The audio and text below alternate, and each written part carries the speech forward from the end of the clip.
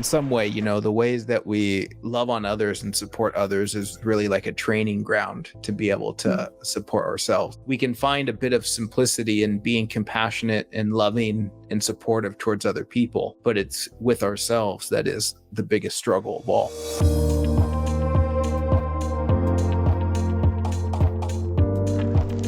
You saw this opportunity that felt sincere, but yet because of the fear, you reverted back to some sort of normal path. And there's this comfort, we have our jobs, we have our little routines, but it doesn't honor at all the sincerity of what's going on inside of us. And so naturally, when we see that invitation to step out and do something new, in one way you leave a lot of things behind. It's like, I just got to go now.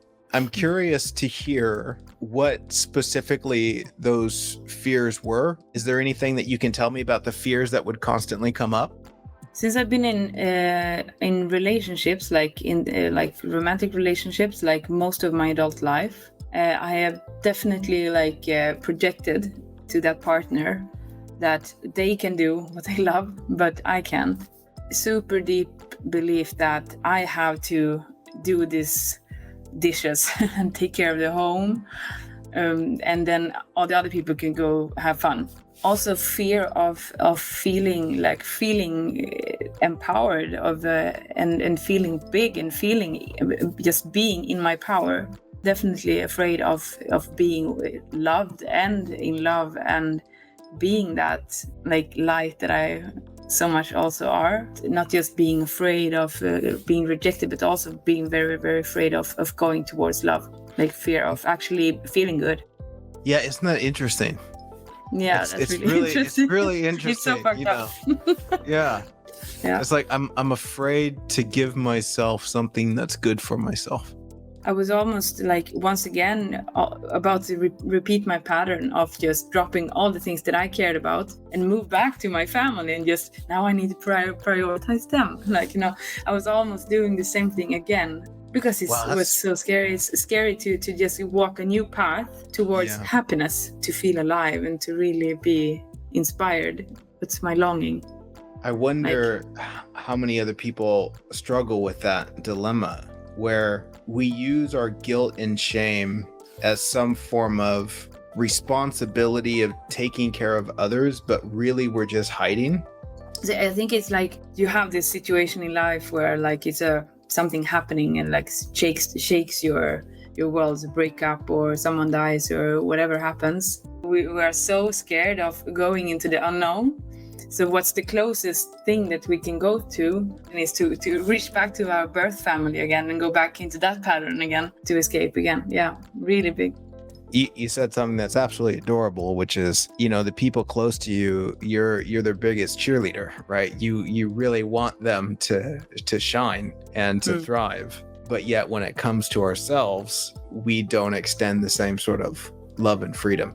In some way, the ways that we love on others and support others is really like a training ground to be able to support ourselves, because that's always the challenge, right? It's like we can find a bit of simplicity in being compassionate and loving and supportive towards other people, but it's with ourselves that is the biggest struggle of all. You know what? I'm curious because you reached out to me on Facebook, and I'm wondering what went into that. Where were you at in your mindset that led you to reaching out for support?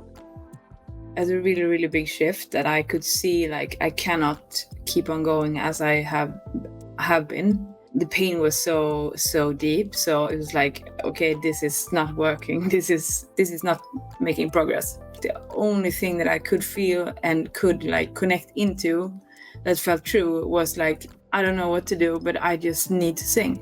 That was the only thing, the only sentence I had, the mantra of last summer. I have this extreme deep understanding of what I love, and I have no idea how to take it from here. Feeling all of that life energy combined with seeing all of the fears comes up also together with it, and all the excuses. But I don't want to listen to this anymore, but how and what way can I take a direction? I have a big belief that we need support in life, and also that to invest, if you can invest in yourself, I was willing to invest more into myself. I was curious. I had a tip from a friend that I trust, and then I just went for it because I feel so human. I feel so, and I feel so off in very many communities, and like feeling off when I talk about spirituality. But that's fine. And then like we're just a group of people having fun together, playing together, making creative projects. Just being human. Yeah. And I love how you talk about, you had that mantra of, I just have to sing. I relate so much to that in my own work, where it's like, I just have to do what I'm here to do. There's some sort of resonance or some sort of knowing that you're here to share something. It's like, for me, sharing insight and wisdom and exploring business, it's like these things are fascinating to me. There's something that's begging for my attention and that also wants to share these things. And it's like, that's my song. And so there's something in me that says, I just want to sing. And then most importantly, what always leads us to powerful transformation is getting in touch with that pain. It's like, wow, this actually really hurts to not be clear about this, because in my unwillingness to get profoundly clear about what I'm here to do, it's like I'm just stabbing myself in the heart. I'm denying myself my own gift. I'm denying myself the opportunity to be what I am. And that shit hurts. And it's always getting in touch with that motivates us into making decisions.